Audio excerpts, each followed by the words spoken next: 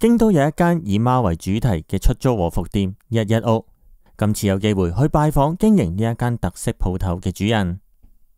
Hello， 大家好，今日我就嚟到香港人開嘅鋪頭，係你哋介紹下你自己啊。係 ，Hello， 我係 Bonnie， 我係心心。係啦，咁我哋咧就喺京都開呢個嘅貓貓主題和服店11屋嘅。咁我哋11屋咧，一就係攞咗一期一會嘅兩個一字啦。咁另外屋咧就係呢個地方啦。咁呢個地方咧就係我哋間屋入邊仲有兩隻貓貓。咁我哋都會有個剪影加咗落去我哋呢個 logo 入邊咁樣嘅。哦，我幾得意喎，兩隻貓貓咁。係啦，上面嗰隻就係呢一個，呢隻叫 Kana， 係女仔嚟嘅。咁佢就有個捲尾，係啊，開始想走啦。係啦，咁跟住呢個咧就係佢啦，佢就係 Taku， 咁就係男仔嚟嘅。係啦，咁呢個就係佢哋嘅相剪出嚟，咁樣加咗落去我哋呢個 logo 度。係啦，咁我哋就會可以睇一睇我哋嘅和服嘅。咁啊就會見到我哋係啦，就好多貓嘅 pattern 啦，咁呢度都會有啦，或者係好似呢啲直頭成隻係三色貓嘅紋咁都會有嘅。咁有啲就文青啲、濕塗啲嘅，有啲就明顯顯眼啲嘅。咁另外咧嗰邊咧就太太身上嘅就係夏天嘅浴衣，夏天嘅浴衣係啦。咁我哋呢邊都仲有好多唔同類型嘅貓貓嘅浴衣啦，亦都有母子母女裝嘅貓貓浴衣啦。咁跟住呢邊就係有啲男仔嘅浴衣同埋和服嘅。咁但係男仔方面咧就真係揾唔到有貓紋嘅和服同埋浴衣，咁所以我哋就喺腰帶方面就着手，咁就揾咗一啲貓貓嘅腰帶啦。咁女仔方面咧就會多啲貓紋嘅腰帶嘅。咁另外我哋仲會有一啲貓貓嘅頭飾啦，跟住配飾啦、配件啊、袋啊同埋鞋啊咁樣，咁全部都會揾一啲有貓元素嘅嘢，咁希望大家都會有一個真係全套貓貓嘅體驗。OK，咁而家就換咗個地方啦，咁就慢慢想問下你啲問題，就關於你間鋪頭啦。咁你間鋪頭係幾時開張㗎？我哋係今年1月開張嘅。今年1月，咁而家拍攝就係6月，咁大概都有5個月時間左右。咁你哋係幾時嚟日本㗎？我哋就係上年3月嘅時候嚟日本嘅，係啦。3月，咁而家開鋪頭就係今年嘅1月啦。咁中間嗰段時間係做啲咩？咁中間嗰段時間咧，我哋3月過嚟其實係讀語言學校啦。咁讀咗半年就大概9月左右就畢業。畢業之後咧就要申請經營管理簽證啊咁樣樣。咁就正式開張就係今年1月開張咯。係啦。我知你哋兩個係一齊嚟日本嘅。讀日文都係一齊嘅，係啦。OK， 讀日文咁到開鋪頭，好似好短時間咧，係咪之前已經諗定係會開鋪頭啊，做生意嘅咧？咁我哋好早之前已經係諗住過嚟日本啦。咁第一件事就係要諗點樣謀生啦。係啦。咁即係嚟留學嗰陣時，你已經係即係唔單止留學㗎啦，你已經下一步做生意，你已經係諗定咗㗎啦。係啦，係啦，已經諗定咗㗎啦。咁喺香港嘅時候就本身有做呢啲接 freelance 嘅攝影 job 啦，即係例如影相啊、拍片嘅都會有，咁就想試下喺日本睇下會唔會可以謀生咁樣啦。咁至於和服嗰方面咧，就其實我哋差唔多10幾年前已經第一次嚟日本京都，咁都好中意和服。嗰陣時講緊去試和服咧，已經係買咗一套咁樣樣，咁亦都認識咗一啲做和服嘅朋友。咁嗰陣時都會諗如果我哋有一間和服店咁就哇，好似好正咁樣樣。咁當然本身冇諗住咁快開到嘅，咁但係機緣巧合之下就開咗啊嘛。係啊。機緣巧合係點樣嘅機緣巧合啊？咁係我哋有一次同啲朋友去行街啦，只係好巧合咁樣見到有間和服店，咁就去望下啦。因為嗰段時間好似我哋都諗住想買啲浴衣咁樣去花火大會咁樣，咁跟住睇下嘅時候咧，就見到一件貓貓嘅和服，咁就係嗰邊有件粉紅色嘅貓貓和服啦，咁就覺得都幾靚喎咁樣，咁跟住我哋就買咗呢件和服翻嚟啦。因為我自己平時都中意叫做去買下啲和服嚟自己影相啊，平時着咁樣嘅。咁跟住之後，我哋同啲朋友就喺度傾開，就覺得好似可以做一間鋪頭專門以貓貓為主題和服嘅鋪頭喎，咁佢哋都覺得好似呢樣嘢有 market 喎，咁嗰陣時我哋又已經領養咗貓貓啦，咁我哋自己本身又中意貓嘅嘢，咁所以就覺得，再加上就係我喺讀書嗰陣時喺和服店嗰度有打工嘅，咁就學咗啲和服方面嘅知識啦，咁亦都識咗點樣着和服，咁所以咧就開始去計劃去開呢一間貓貓主題和服店。咁係咯，見到都幾有特色，即係京都可以租和服嘅地方都唔少啦。咁但係一個好具體嘅主題，咁同埋貓嘅主題又好似唔係咁多喎，咁覺得幾得意呢度都。好啦，我有啲好奇就想問你哋話9月就喺日本語學校畢業啦，咁正式開張就係1月。咁呢段中間呢段時間咧，留喺日本嗰度係冇問題嘅。理論上咧，其實我哋9月畢業咧，個簽證到9月，但係咧佢係有3個月嘅寬限期俾你喺日本入邊再轉另一個簽證。咁哪怕係 working 嘅又好，或者係我哋而家經營管理都好咁樣。咁我哋其實10月先至遞個申請，我哋都驚會唔會批唔切㗎？因為都聽行政書士講話好多人申請各樣嘢咁樣。咁但係咧，佢有講到話，只要你遞咗申請，咁哪怕你過咗個3個月咧，咁你都可以特許俾你留喺度，等埋個簽證究竟係咪批俾你咁樣嘅。咁至於我哋好彩11月就批到個簽證啦，到1月先開鋪咧。咁呢樣嘢咧日管局係就唔太理你嘅，佢只要係喺批簽證俾你嗰一刻嘅1年之後，佢就會再同你 review 你成個 business 究竟 work 唔 work 咁樣，再去俾你延續你個簽證咁樣咯。哦，明白。即係你開張咧，佢就冇特別規定你幾時開張嘅。係啦。咁當然啦，你越遲開張嘅話，咁你嘅業務就越少，咁可能續簽咧就有問題啦。原來咁樣嘅。我呢個我真係第一次聽，原來係即係有個啲咁嘅規矩。即係聽落去嘅話，就會覺得。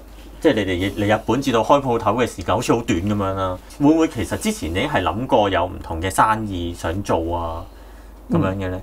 咁其實喺未嚟日本之前咧，咁就好多幻想嘅，即係會諗好多唔同嘅生意。咁例如係我本人中意煮嘢食嘅，又會諗開餐廳又點樣咧？咁但係開餐廳又嗰個可能個一開始嘅投資成本又會比較高啦。咁亦都會諗我本身工作就係做一啲marketing 嘅嘢，咁會唔會可以做到啲 marketing consultant 嘅嘢咧？咁當然啦，唔一定係做日本人嘅生意嘅，係可以做外國人啊，或者係甚至乎做緊香港嘅 client 嘅生意，咁亦都會有諗。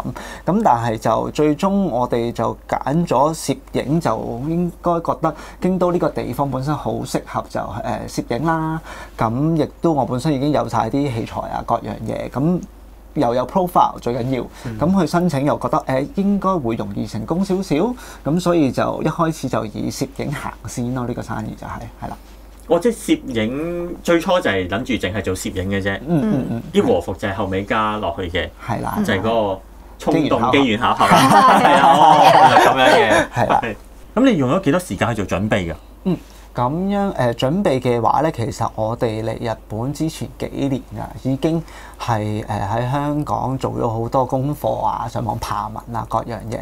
咁我哋最終覺得好似攝影係最有機會。咁因為本身有 profile 啦，係可行啦。咁所以咧，特登亦都去讀一啲叫做商業嘅攝影 course 啦。咁有張紙，咁就可以俾日本政府知道佢又有 profile 有經驗，亦都有 cert 咁樣。咁而太太咧，亦都有特登去報一啲make up course 啦，咁就等都係會學呢方面嘅知識啦，咁同埋嗰張 cert 咁樣，咁然之後就到我哋實際上去準備文件去遞交經營管理簽證咧，就係我哋上年9月畢業啦。咁畢業之前1個月左右咧，我哋就已經開始同行政書士去聯絡，咁就同佢講我哋個 case 啊，咁佢就幫我哋去 fine tune 啲文字啊，各樣嘢。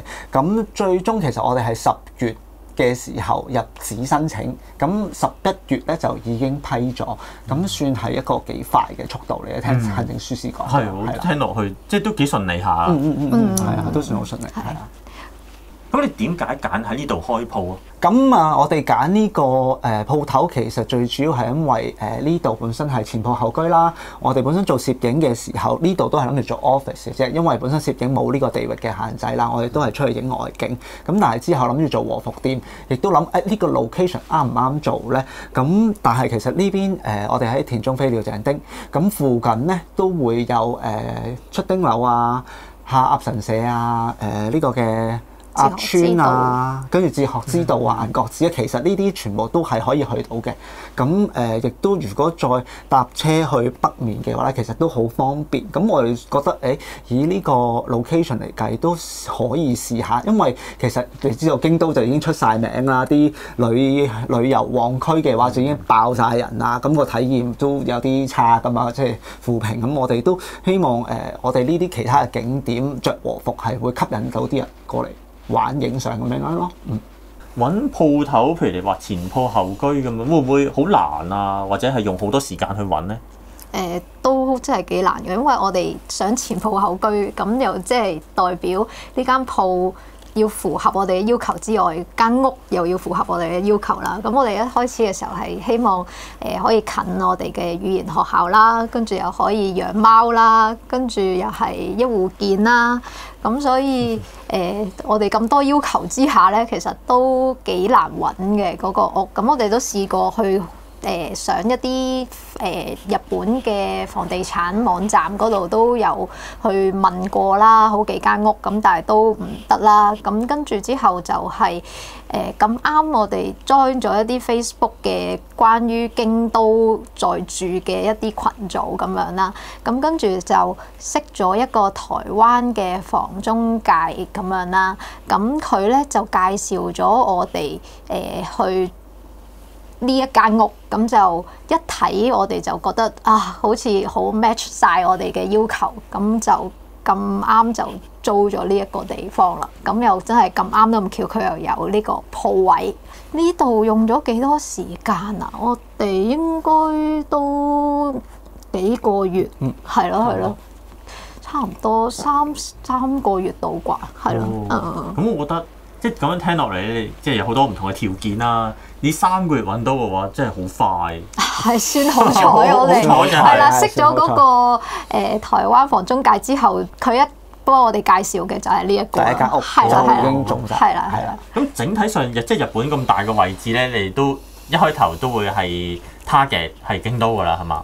係啊，因為我哋本身就好中意京都啦，即係10幾年前就已經嚟，跟住之後我哋其實去過好多次日本，但係我哋嚟去都係咁翻嚟京都，咁甚至乎我哋講緊喺19年結婚咧，都係喺京都度叫做擺酒咁樣嘅，係啦，咁太中意呢個地方。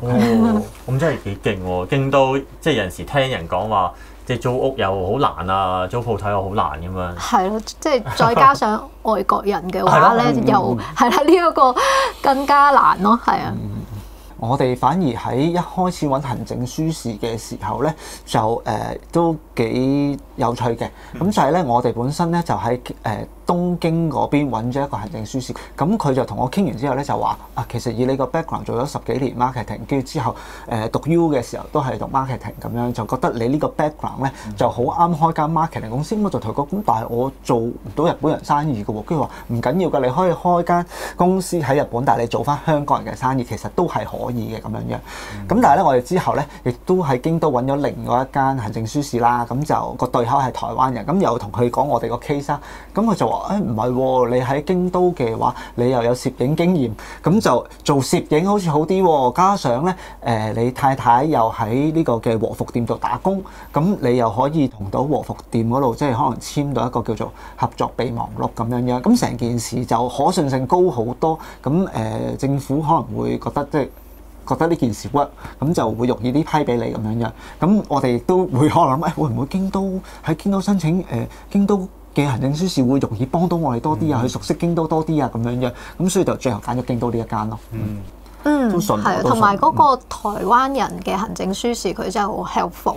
咁我哋有啲咩問題問佢，佢都會好樂意咁樣嚟答我。咁咁同埋佢好 helpful 在於一個位就係嗰段時間咁啱申請經營管理簽證呢個時間咧，我又咁啱即係有事要翻香港，咁就棘住咗喺嗰個再入國嗰個問題度，因為我嗰個簽證就係嗰陣時就係唔上唔落啊嘛，咁就唔知究竟佢會唔會肯俾我再入國，因為我哋語言學校嗰邊同我哋講咧，就係話我一出國嘅話咧，嗰個在留卡就冇效㗎啦，就唔用得翻嚟㗎啦。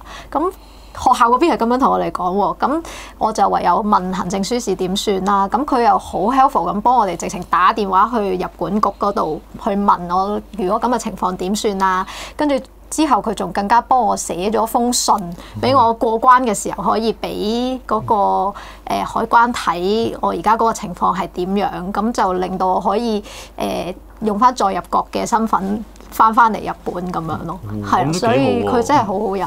係有啲嘢即係佢本身唔需要做嘅，係啊，佢都為咗令你安心，佢都幫你去做多一步咁樣。佢又唔會話即係下下同你講錢，呢個又要加手續費㗎，乜嘢啊咁樣，即係佢都冇咁樣。係啊，即係佢一開始即係譬如經營管理簽證係呢個價㗎啦，咁即係佢報咗價俾你，就冇特別再收額外嘅費用。係啦，即係如果我譬如有其他諮詢嘅話，佢都冇特別去收其他嘅費用。佢會好蝕底啊，其實。係啊，有時我都覺得係咯，你真係好好啊，咁樣係咯。即係佢唔係答問題，即係寫埋信嘅話，即係可能收翻幾千啫，1萬幾千都好得。係啊，所以我哋之後好多朋友問嘅時候，我都係咁介紹。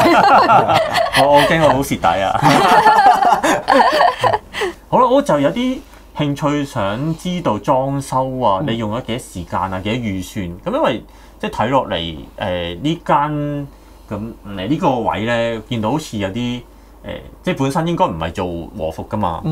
係啦。咁我哋租呢間屋嘅時候咧，佢前身咧，其實前邊咧係一個賣二手書嘅一間鋪頭啦。前面即係呢一個位，即係呢一個位係啦。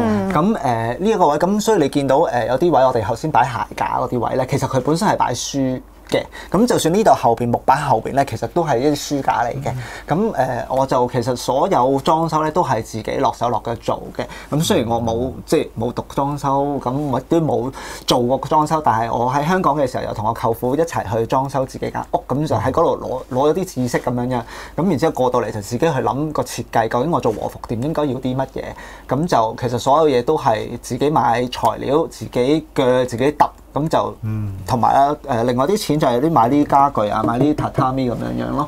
咁所以就錢就唔係即係唔係使咗好多。咁主要都係時間咯，即係可能講緊成個裝修，即係自己搞都2個月，差唔多用咗，係啦，差唔多係慢慢搞。所以先1月先開鋪。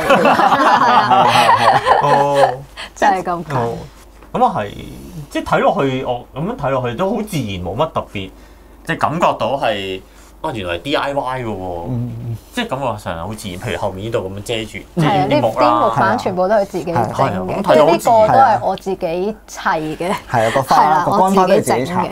係即係可能你做生意開埋幫人哋裝修得。冇啦，好辛苦。好似呢個板其實唔好嘥咗後邊嗰個櫃咧，咁其實係成塊板可以攞走。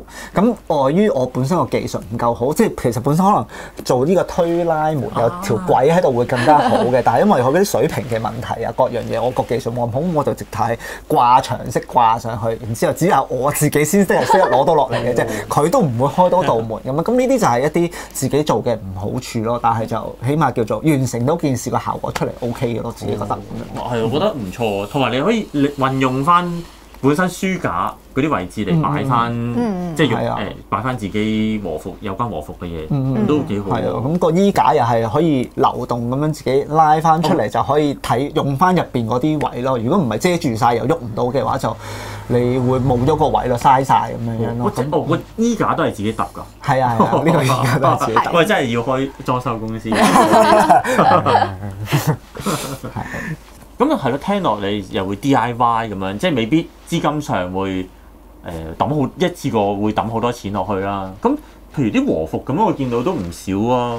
咁係點樣去準備嗰啲和服？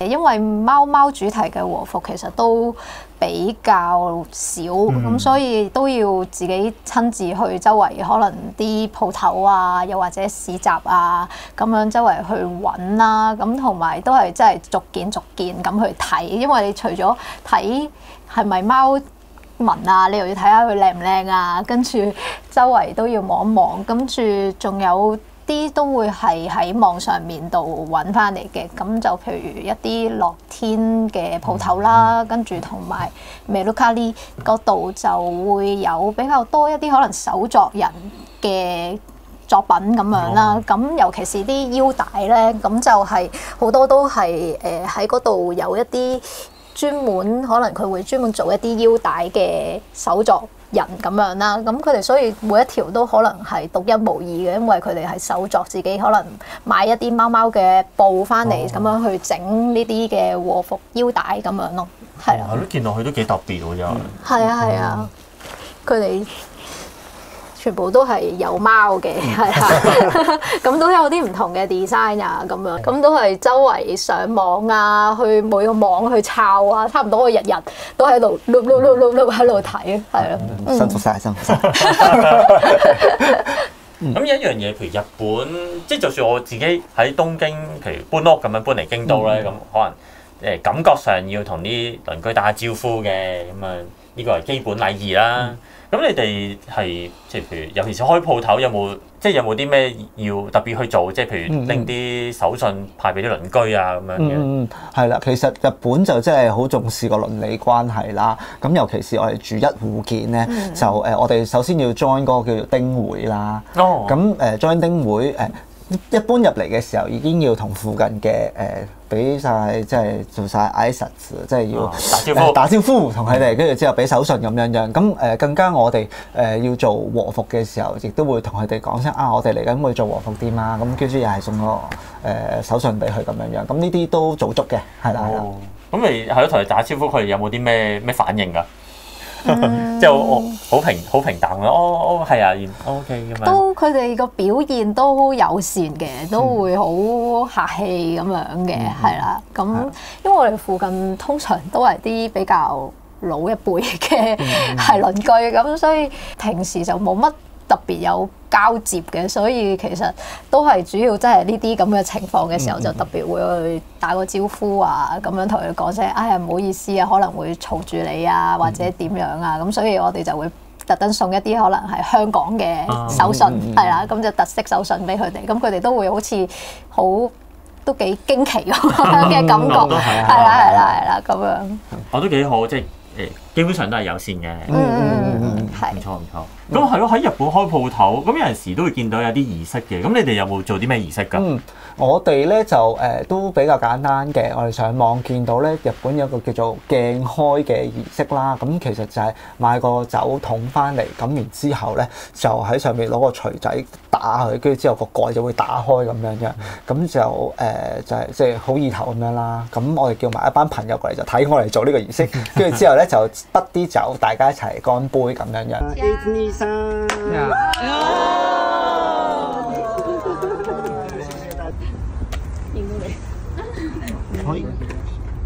係啊，好 ，Cheers， 乾杯！